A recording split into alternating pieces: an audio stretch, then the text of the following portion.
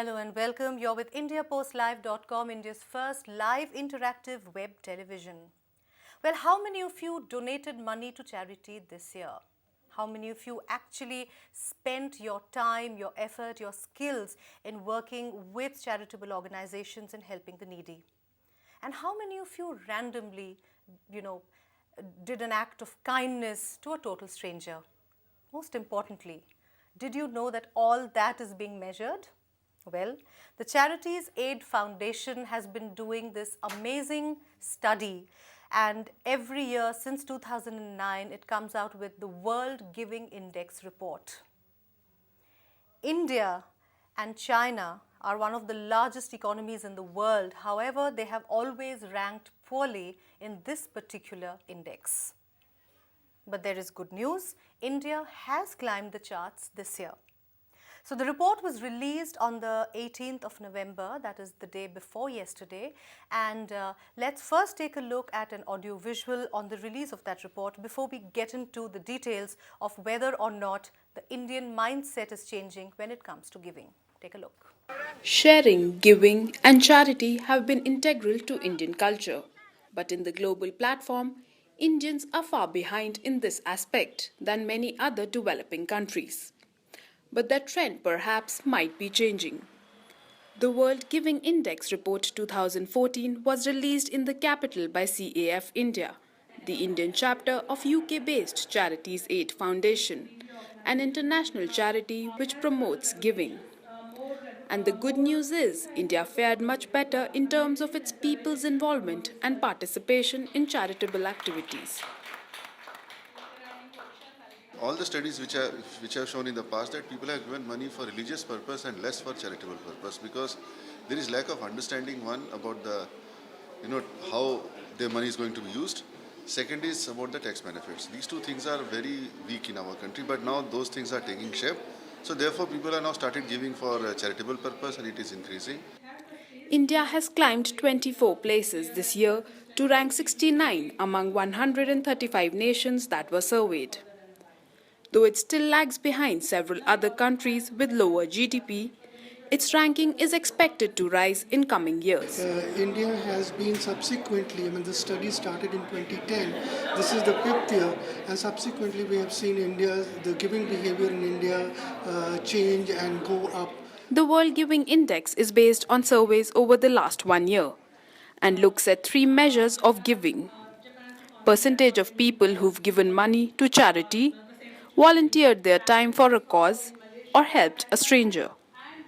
So it seems that the average Indian's generous mindsets are not being limited to immediate friends and family, and we are willing to help out strangers in need. Are we actually willing to help out strangers in need? Well, that is the question India Post Live is asking. And joining me in the studio, Meenakshi Batra. Meenakshi Batra is the Chief Executive of Charities Aid Foundation India. Welcome to India Post Live. Thank you. Great having you.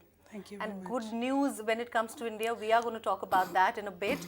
I have my other guest, Manju Dhasmana. Manju is Citizenship Lead of Microsoft India, and she joins us, and she's going to tell us about the various measures that Microsoft India is taking in terms of individual giving by employees, right? Yes. Great. All right. Thank you. I'm also joined online by Adam Pickering. He joins us all the way from London. He is the International Policy Manager, Giving Thought of the Charities Aid Foundation. Adam, welcome to India Post Live. Thank you so much for joining us.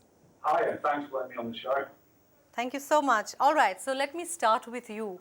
You have been conducting this World Giving Index study with Gallup since 2009. Yeah. Tell us a little bit about how exactly you go about this. So basically, this is a global study, and in 2014, the number of countries that got covered is 135. So Gallup does a survey across the world. So they interview people. Mostly it's 1,000 people in every country. Smaller countries have slightly smaller number, but that not too many. Some of the larger countries have a larger sample as well. And they are asked a number of questions. There are face-to-face interviews that are conducted. There are also on the telephone interviews that are conducted, and this data is compiled. And once all the data comes from all the countries, the averages are taken, and based on those averages, the ranking is done. Don't you think for a country like India, where you have like more than 125 million people, Yeah. 1,000 is a very small number? I mean, can you really gauge the changing mindsets of India? So basically, it's done scientifically. I mean, the data that's taken is representative of the Okay. country. So the way the number of people who are picked, yes, of course, we can do more. And we also did an India Giving report where we had a much larger sort of data group. sample there. So in this case, because it's global, still a lot of people are covered globally. We want to look at the trends. What are people doing? Whether things are improving or not improving, or how the status is changing year on year in each of those countries. And of course, we are very interested in India. Globally, India has been faring well in the last few years. And It this jumped year, 24 places, absolutely, right? absolutely. This year has shown some remarkable results. So we jumped 24 places. We were 93, and this year we jumped to 69. And that's a massive improvement. We have seen this consistent improvement for last 2 years. Great. Let's take a look at some of the infographics regarding this entire study and what came out in that study. If my producer could just bring it up on the screen for you. Some interesting aspects that came out in the study regarding how many million people have actually been, okay, there you have it. How many people around the world helped a stranger? 2.3 billion. 1.4 billion actually donated money, and 1 billion volunteered time. I think for very busy professionals, professionals are always saying that, oh, I don't have time to do this, just take a check. So actually volunteering their time, I think, is a very, very noble cause. All right. Now, this is very interesting, and this is what I wanted to talk about. Having a booming economy helps, but it is not an absolute prerequisite to become one of the most giving countries, right? As you can see there, only 5 countries in the top 20 of the most giving nations belong to the G20, and the G20 are the group of the largest economies. The world's largest economies belong to G20, but only 5 countries in the top 20 are the G20. Now this year, Malaysia is this year's biggest climber. And also, if we could take a look at the global ranking, the top 10 ranking, well, India is 69, you said, right? 69. India is 69. Okay, this is the top 10 countries in the World Giving Index. Myanmar and United States of America, ironically, I mean, it's, two completely different economies are at the first spot. We have to talk about that. Okay, then we have Canada, Ireland, New Zealand, Australia, Malaysia, again, that we also talked of how it's climbed, United Kingdom, Sri Lanka, Trinidad and Tobago. So again, it's not exactly related to the booming economy or the kind of wealth a country has. All right, so that's the ranking. You have the index score in percentage, helping a stranger, donating money, volunteering. Remember, these are the 3 main parameters with which Gallup did that survey. Helping a random stranger, donating money, and volunteering your time. And also, along with that comes volunteering your skills also.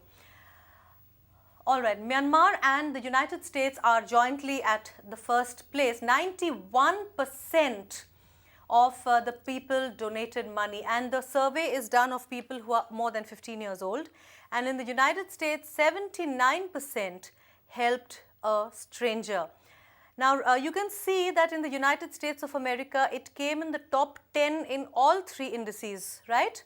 Helping a stranger, donating money, and volunteering time. United States was in the first 10 in all 3, whereas Myanmar was, when it came to donating money and when it came to volunteering time, it was there in the first and second place. All right. Explain that for us. We saw a lot of data there. If you could just explain. I'll come to you, Manju, after this. Absolutely. So I think this is very interesting. 2 very different countries, and Myanmar has had lots of political change in the recent years. It's, as we were saying earlier, the G20 countries, they might be wealthy, but do the wealthy people Want to are share. always sharing their wealth is a point. And also, that is affected by the culture of giving. Myanmar, very interestingly, has a very, very strong culture of giving. Most of the people there are followers of Theravada Buddhism. Buddhism, right. And therefore, in Buddhism, dana is, dan to the Sangh is a very common thing. People do that on an ongoing basis, and therefore we saw 91% coverage there. All right, let me also get an idea from Adam. Adam, are you there? All right. Hello, can you hear me? Hi, yes, Adam. Adam, we were just trying to understand the data, the logistics of what we just saw there as far as the World Giving Index report was concerned. The United States and Myanmar, ironically, are at number 1, despite being completely different economies. So what Meenakshi said was very interesting. The culture of giving. Now, so does that culture of giving, is it also there in the United States, or is it just that they feel good about themselves to give? What do you think is the reason? That's an interesting question. Obviously, it's very difficult to kind of get to the bottom of how a culture of giving comes about. But I mean, in the US, they have a very strong culture of giving, which in some ways is related to religion as well, like in Myanmar. But it's also, I think, on a very deep cultural level. I think we have this idea that giving is associated to wealth, and certainly you have to have some resources to be able to give them away. There is a relationship. But we can see from our data clearly that even countries that are developing or in transition, it's possible for people to give some small amount of money for charitable causes. So I think we need to think differently about charitable giving and philanthropy, and to be more inclusive, and I think this data really bears that out. Right. What was really interesting was that developing and low-income countries, I mean, we saw Sri Lanka, we saw Trinidad and Tobago, we saw Malaysia. I mean, these are countries that are the most giving. And I think that was very, very interesting. And you had very rich countries which are nowhere there in the top 20, countries which are part of the G20 which are not there. So it's basically all in the heart, isn't it?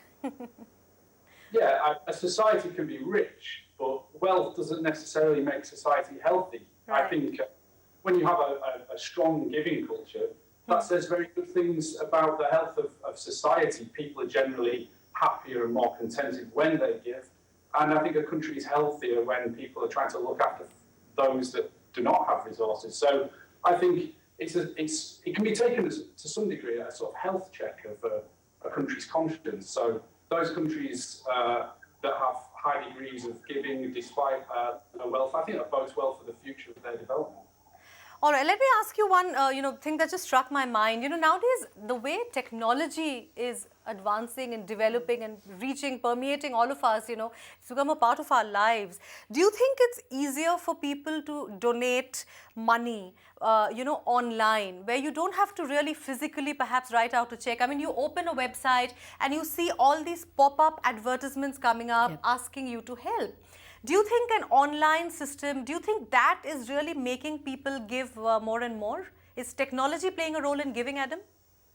I think fundamentally people want to give. I think it's a sort of emotional human reaction. Okay. But if you make it difficult for people to give, they're less likely to react when they're feeling emotionally charged. If by using technology you can make it much easier to give, you can make the action of giving close to when you're getting the information. Many people spend a lot of time online, and I think that this kind of social nature of being online and the ease of access to be able to give using new technologies online make the connection between that initial emotional reaction and the ability to give a much quicker and much more intuitive thing. Absolutely. Yeah, Manju, please. If I could add to that. Yes. I think the interesting thing about technology also is that it's bringing people who want to give and the causes together. Exactly. And the other thing is it's a great equalizer. If I was a non-profit in a small village in Orissa, before this I had no way to reach a young person who wants to donate in Delhi. Absolutely. Right? Absolutely. But with technology, I can actually reach the home and the heart of that person. Yes. So it just brings a lot of equity. Creates into the that whole emotional system. connect that Adam is talking exactly. about. And yes. of course, as he said, it just makes it easier for people to give. And there is research which says more than 2 clicks, you lose your donor. And technology makes it easy for you to do that in 2 clicks, really bringing them together. Absolutely. Let's talk about what Microsoft India, Microsoft has been known for, its a lot of efforts and initiatives it has taken in charitable activities. Tell us a little bit about Microsoft India. This entire study of WGI is on individual giving, right?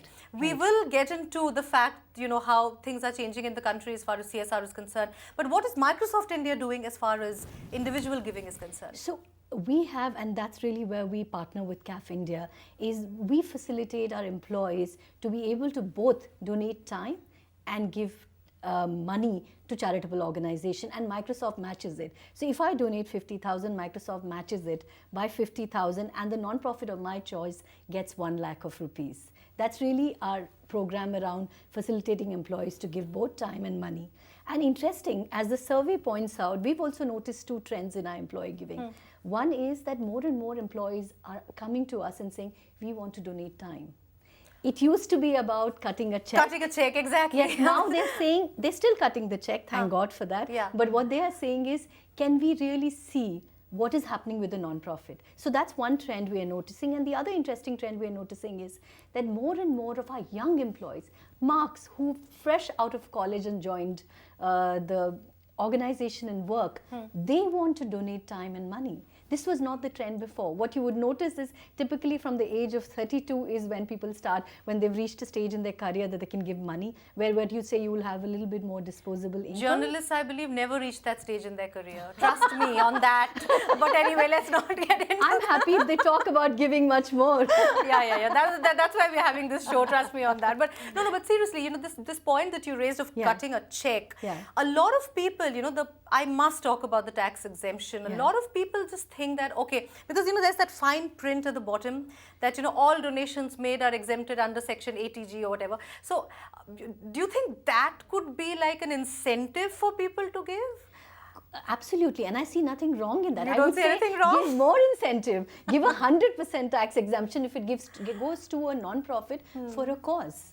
It benefits both of them, and that's absolutely But I don't think that fine. happens in other countries, does it? No, it does. Most countries Most have. countries Most does. countries Most have. countries They have have. even Some more. countries don't, but most countries have. And actually, countries have tax incentives for giving globally. In India, we don't have We that don't yet. have. Okay. But yeah, so they can give, but India, we still have our own needs that needs to be met. But I think there are lots of more poor people globally as well.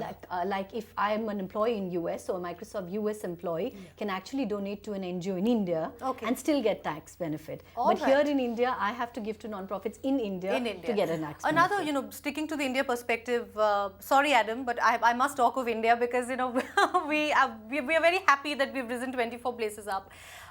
You talked of giving time. There's another thing, very interesting thing that we noticed is, during the Kashmir floods, we've had a lot of young people actually coming together, people, probably Kashmiris, the Kashmiri Pandits, the ones who are displaced, and a lot of other people who've actually come together, collected clothes, collected food and all of that, and worked with government agencies, physically gone there to actually ensure that the people who are affected are not hungry, they have enough clothes, they have enough food. So that is a trend that was, I saw it. In fact, we did a show on that as well.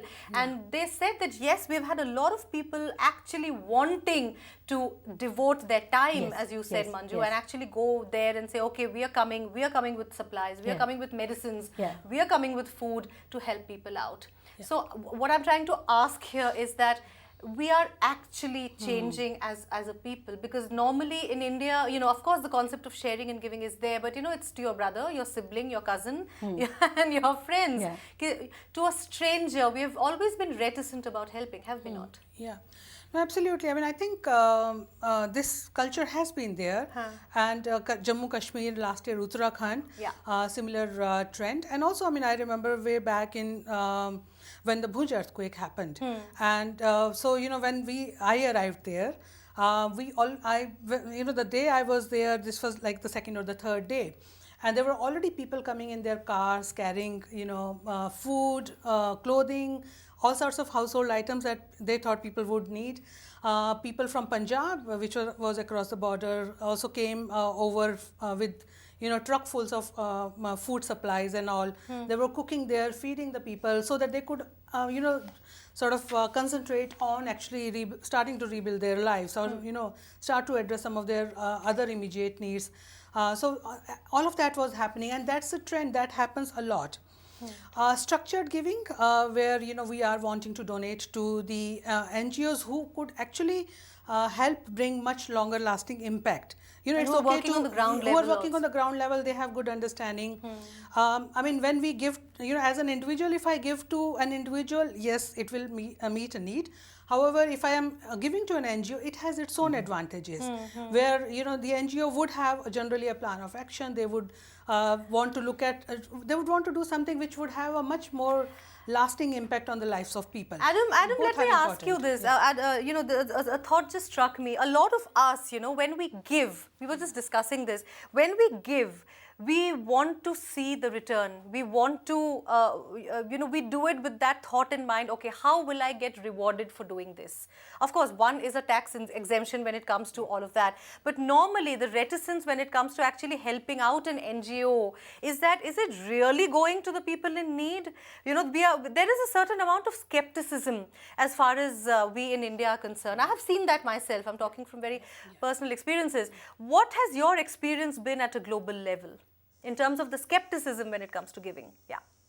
I think if you look around the world, you see the development of charitable giving follow a similar path, where you have, as you have at the moment, a huge increase in the amount of people giving to charity in India. Then what tends to happen is people, the more they give, the greater their expectations become. Yes. And when you reach that stage, what you really need to do is then invest in the kind of infrastructure that helps those charities build trust with the public. But everyone has a responsibility. Donors need to, as you say, start to care and start to research the impact of their donation. NGOs need to improve their governance to make sure they're reporting to donors what they're doing.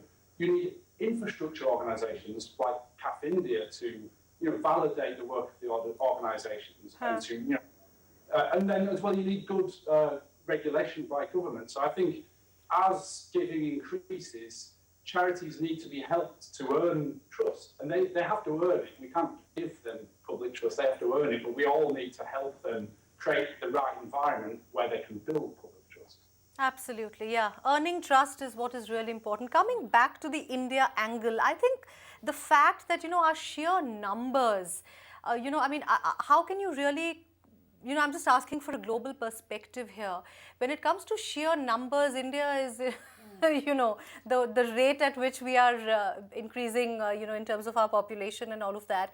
Can you really make a judgment about Indians when it comes to giving based on the WGI or the 1,000? You said it's representative. Let's take a look at, the India angle. What exactly giving in India, what it means as far as India is concerned. Okay, India, as you see, is ranked 69. It has climbed 24 places there. Kenya is 15, Uganda is 34. Again, these are very interesting numbers that I see out there. All right. The top 10 countries by participation in helping a stranger is there, and India ranks second. In that, helping a stranger, it's ranked second by sheer numbers of people, 346 million. But the global ranking by population is 103. Yeah. So by numbers, it's 2. By ranking of population, it's 103. Donating money, India is ranked number 1, again by the sheer numbers, 249 million people. How many countries have this kind of population, The entire population of so many countries is not this much, Yeah. While the global ranking by percentage of population is 52. Again, these are very interesting numbers, I think, isn't it? Okay, volunteering time, again, India is number 1. Of course, because of the numbers, 186 million. Global ranking by percentage of population is 60. So helping a stranger, we are actually quite low there. We are actually 103. That is what I was saying, We are ready to help our siblings and our friends. How keen are we to just pick up a fallen guy. I mean, we've known so many accidents, so many deaths that could have been prevented. People lying injured on the road, and nobody has helped. Even there, we are not ranked too well. The global ranking is 103 in terms of percentage of population, though by numbers, it's a lot. We are at number 2. So explain that to us. How do you think? What do you think you? CAF can do, Microsoft India can do, what do you think Adam can do to ensure a change in that kind of a mindset? Absolutely. Sorry. Go ahead. No, I don't know if I'll get into trouble for this, but I believe that we should, while it is very good that it is growing organically and we're not doing too much, I don't know how much of it is coming from really forces, but it's growing organically. I think it's very important if you were to move away from just simply giving and talk about active citizenship, about people participating in governance in any form and start doing it at the school level itself. I think that is very, very critical, and not as like moral science, but in school you start talking to young people, young students about how do you give back. Inculcating a culture. Yeah, so what you talked about, not just volunteering time and money, but helping a stranger. That's about inculcating a culture in that student. So that's my belief, that we have to start as early as possible so that it's acceptable. It is something that is looked at as cool by these students. So by the time they come into workforce, they have that mindset that this is something that they have to do. I mean, I don't know, I'm a bit skeptical here. I'll be very honest with you. Yeah. I belong to a different city. I don't belong to Delhi, and I have actually spoken to random strangers, you know, trying to help them maneuver the car. For instance, I was just telling my colleague about it. You know, and they look at you like you're mad. Why are you talking to a stranger? Especially women. You know, when a woman is telling a male driver, "Theek hai, you have space, I think you'll manage, go," they look at you very strangely. I have got strange looks from people because I belong to a city where it's okay, you can just talk to a random stranger perhaps. But in a lot of places that is not cool. So, you know, the dynamics of Indian society are actually very difficult. You know, you've talked of inculcating something like this at a school level. What if a young girl is trying to help a stranger and she is in turn molested? You've seen the number of child sex abuse cases that are happening within the school premises. I think a young girl would be scared to approach a stranger. But how many of them are molested when they're helping a stranger? I don't know. I'm asking. Not. It actually happens because there is a way that women are perceived in our society. Yeah. Right? And then you would say that it doesn't happen to men, then men should be helping the stranger. But men don't help the strangers at all. I'm sure they don't. If the logic being that it's women should not help a stranger because they're molested. I mean not just young girls, boys. I mean pedophile. I mean, you know, you have the whole gamut of problems, social issues. When you start talking about it at school itself, Yeah. even those so-called molesters who become molesters, just an example, or let's say people who are not giving, everybody, if you inculcate that, and I get your skepticism, but this is one area where with skepticism you have to have a very healthy hope and optimism. Absolutely. Skepticism in the West, Yes. I mean, I'm sure Adam will agree with me. In the West, I mean, here we've seen, you know, we see a child on somebody's lap and we go and, you know, cuddle the child, or we touch the cheeks. Yes. Couldn't do I that. could get arrested if I did that in the West. I mean, I would be accused of being a pedophile. So in a place like that, you know, when you have all these other social dynamics playing at the same time, going and helping a random stranger is something I think many of us would feel slightly wary about. But you had a different experience in villages, you said, right? Absolutely. No, I have seen, you know, people have reached out to me, and though, I mean, all of these issues, all these problems are part of our society.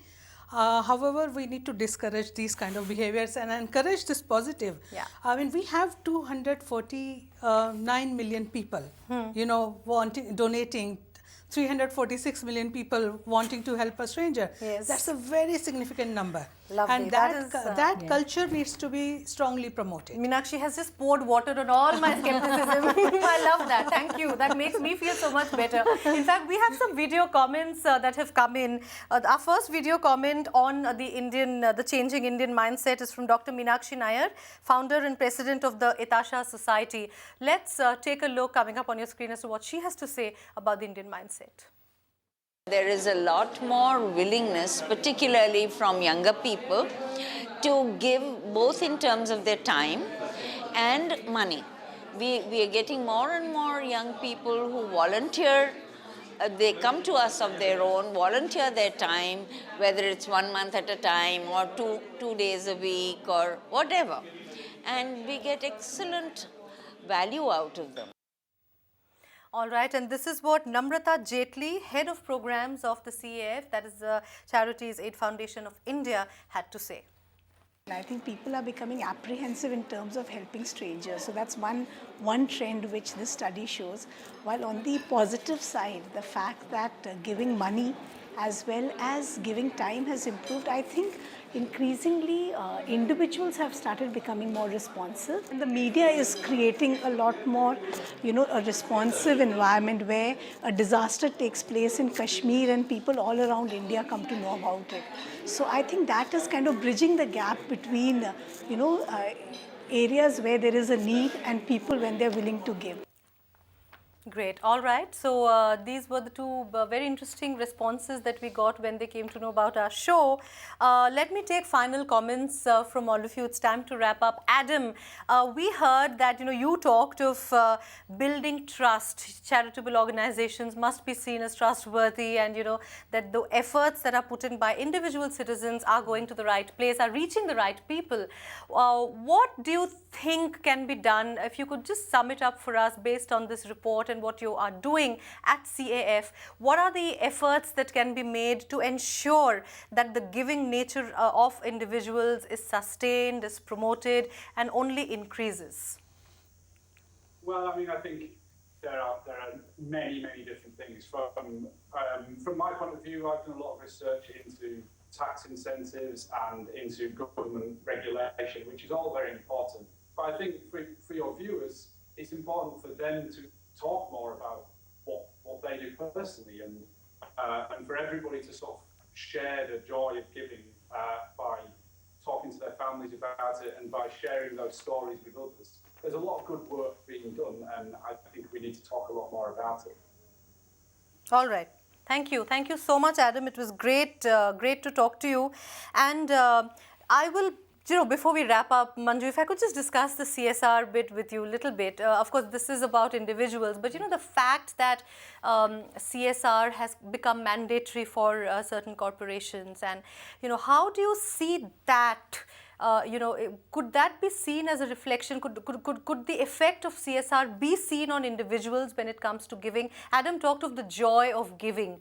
So when you see corporates helping out, do you think that would really instill that kind of a giving nature in individuals? I think so. So, we've got this Most Attractive Employer Award many years running, Microsoft. And one of the factors that people have said makes us an attractive employer is because they see CSR as a very important part of Microsoft at giving. And as more and more companies through this CSR start contributing to the society, they'll get more people joining in who are already empowered and feel impressed by that. So they will in turn get motivated to join the giving program of the organization. So, however, I still feel, going back to the skepticism, it's important for corporates because they have to understand their responsibility here, to create a program which makes it easy for employees to give. They still have to do, just having a CSR program, it will not be adequate. Making it easy for people who are part of formal workforce to give to organizations, give for a sustainable cause, will make it easy, definitely. And do you see an increase in the number of your partners when it comes to all these charitable activities? Have they been after the 2% CSR that's been, so we've been anyway doing much more than the 2% CSR. So we don't see I don't see a change because of the 2% CSR, because we're already doing more. But where it wasn't happening, it will become more structured and strategic. Therefore, it is going to be more. All right. So the responsive environment that you were talking about is building up slowly. Building up. All right. Final comments from you, Meenakshi. Absolutely. I mean, I think more needs to be done, and all sorts of organizations in India, corporates, individuals, government, media, we all need to join hands to promote this culture of giving, to promote this culture of volunteering not just for the sake of volunteering, but also sharing your skills so that you could actually do something, something concrete for the society, and also helping stranger. I mean, you mentioned people don't help people who have, on the street met an accident, etc. We absolutely need to do more, and we need to promote positive stories more. Yes. I mean, that's very, very critical. Sometimes we tend to focus a lot on negative, but I think we need to get away from that. Positive has to be promoted as well. Positive stories have to be promoted. Okay, that's a lesson to be learned for the media, I suppose. All right, thank you so much. It was great having you, Meenakshi. It was great having you, Adam Pickering, International Policy Manager, Giving Thought, CAF, and of course, Manju from Microsoft India. Great having all three of you talk to us about how we can give more, how we can all experience the joy of giving, and how India definitely seems to be giving more. Thank you so much, Adam, joining us all the way from London. And thank you to both of you to come to our studios. All those of you who have any comments to make on what we just talked about, please write into us with your posts, your video comments at indiapostlive.com. You can also send us your tweets at #IndiaPostLive and @IndiaPostLive. Thanks so much for watching and keep giving. Thanks. Bye-bye.